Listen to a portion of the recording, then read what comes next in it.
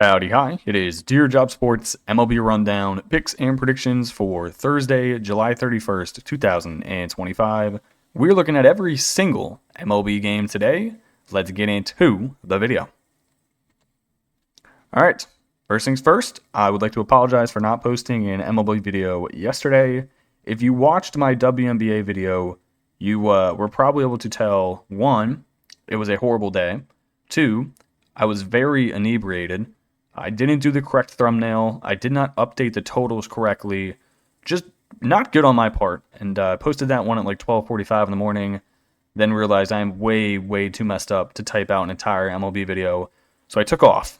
So these are the results from Tuesday night, I think. Yeah, Tuesday night. I don't think I've done this before. We take 4 overs. We hit all of the overs. We take 4+ money line plays. I lose all of them. Yeah. I don't have the energy to recap these. It happened 2 days ago. We go 4-4. That brings our season record to 429 and 415. From what I remember in these games, the Diamondbacks took a 2-0 lead against the Tigers, and then they ended up losing like 10-12. The Rays had a 2-0 lead against the Yankees, and then I think they got shelled. The Cubs, I don't know if they had a lead against the Brewers. They lost that game. And I do remember the Reds had a lead, or at least had it tied with the Dodgers in the 9th inning. And the Dodgers scored in the top of the 9th, and they lost the game 5-4. So that is what I remember. I could look it up, but I'm not going to. Because no. All right, now we only have 3 games for tomorrow. Let's get into it. All right, game number 1. It is the Tampa Bay Rays at the New York Yankees. I'm going to take the Rays plus 100 on the money line. Also going to gander at the over, 8.5 runs. Rays have Ryan Pepiot on the mound, 6-8 with a 3.42 ERA. Going up against Marcus Stroman, 2-2 with a 6.09 ERA. I'm going to take the Rays here. Do I like it? No. Also, their game total, they are 44-45 now. Their previous game, they lost in extras. The 11th inning, they just lost. So, not a good day to be a Rays fan. Very good day to be a Yankees fan. Going up here, in terms of pitchers, I think I like Pepiot more than I like Marcus Stroman, just based on what he's done this entire year. 126 innings pitched. He has 124 strikeouts. A bit of a walk problem at 42, but not the worst. He does have a massive home run problem. He's given up 21 dingers this season, and he gives up multiple per start. Gave up 3 to Baltimore, 2 to the Athletics, 2 to the Rangers. His most recent start, though, was really good. At Cincinnati, he went 6 innings, giving up 2 hits and 0 earned. Marcus Stroman is just, who knows? He's 34. The dude's like 5'5". He's thick, but he's only 5'5", so it's like, really, what are you getting here? Recent game log for him, he gave up 4 to the Phillies in just 3 2/3. Had a decent outing at Atlanta, but with how bad Atlanta is, I'm not really sure how much you can read into that. Gave up 6 hits and 2 earned against the Mariners, 7 hits and 3 earned against the Mets. So it looks like you're going to get about 5 innings out of Stroman, and he's probably going to give up somewhere around 3 runs. I just don't think Pepiot's going to do that. Once we get to the bullpens, I have no clue what's going to happen. The Yankees bullpen has been atrocious. I don't trust the Rays bullpen at all. But I do like the plus money with, I think, what is the better pitcher. Who knows about lineups? I mean, the Rays might be selling guys, so some of these guys might not even end up playing tomorrow. Who knows? I'm going to take the Rays. I'm going to take the over. Let's ride. Next game, I just talked about how bad the Braves are. I saw Carlos Carrasco's name pop up, and I was like, dude, there's no way he's pitching still. And then I looked it up, and I was like, wow, the Braves signed Carlos Carrasco for the rest of the year. Like, I knew their entire rotation was injured, but you got to go with Cookie Carrasco. I mean, I remember the Guardians had to pick him up, I think, last season to pitch. It's not a good look when you have to sign Carlos Carrasco. The dude's 38. He's big. He throws the ball hard. But he gets shelled every single time he pitches. Every time. His most recent games, he has not pitched since May 4th. So I am not going to touch him with a 10-foot pole. May 4th, he hasn't pitched. He's old. He's not good. and he's going against Andrew Abbott, who is 8-1 with a 2.09 ERA. Give me the Reds on the run line. Give me the over.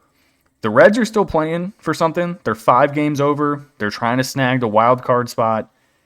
This should be a murder. I mean, the Reds should win this game like 15-2.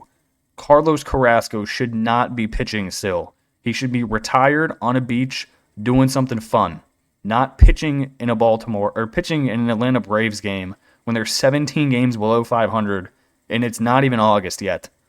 Give me the Red Sox on the rub line. Give me the over 9.5 runs.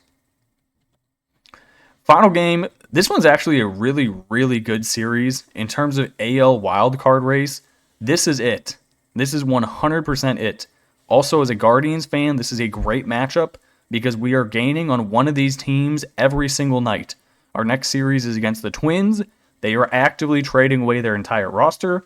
Although that being said, tomorrow is the trade deadline, and it is looking very likely that the Guardians are losing Shane Bieber and Steven Kwan. If we trade away Steven Kwan, there will be a cake filled with laxatives on Dolan's doorstep by the end of the night. We cannot trade away Kwan. Shane Bieber, I'm fine with. I've accepted that. He's injured. He has a player option next year. We're not going to be able to pay him anyway after that. Steven Kwan we have under contract for the next 3 seasons, and he's young. Pay the man. You paid Jose. Looked how that turned out. Just pay Steven Kwan some money. He's going to demand less than what Jose asked for. Just give him the money. We have the money. Quit being poor.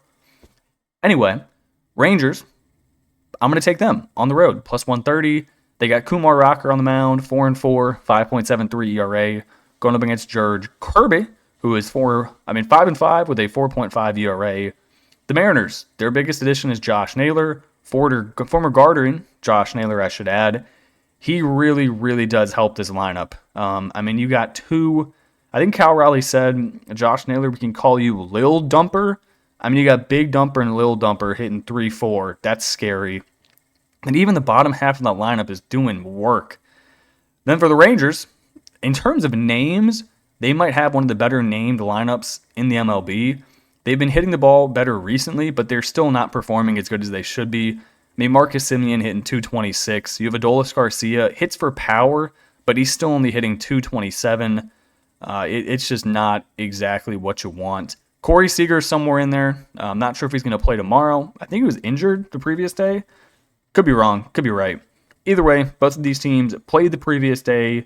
The Mariners have to travel back home, and the Rangers have to travel from LA to Seattle. So both these teams are traveling. Neither of them far distances.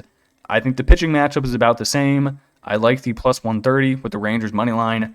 Massive series. Both teams need to win. So I will take the plus money team on the road in the over 7.5. All right, that is going to do it for me in this video. I appreciate you guys tuning in and watching. I really hope the Guardians do not trade Kwan.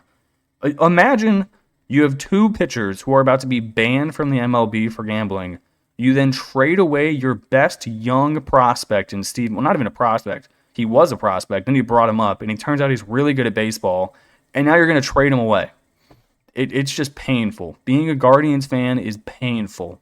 Being a Cleveland fan of anything is just ridiculously pain. All right, that's the end of the video. I appreciate you watching and tuning in, and I will catch you in the next one. Peace.